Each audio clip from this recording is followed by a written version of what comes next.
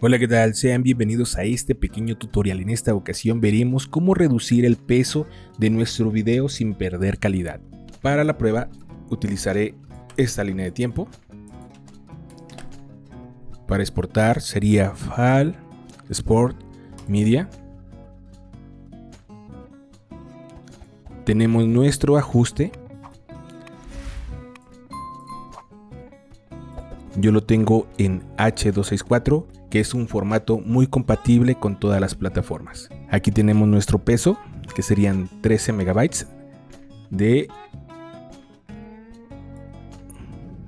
10 segundos.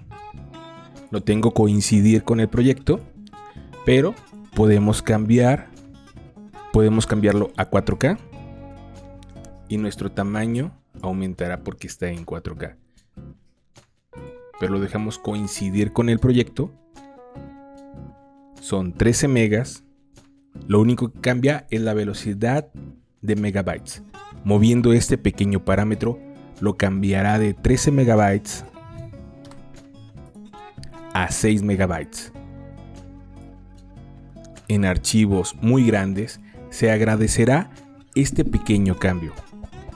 Aquí les estaré dejando una comparación de un archivo de 13 megabytes y uno de 6. Espero que este pequeño tutorial les sea útil.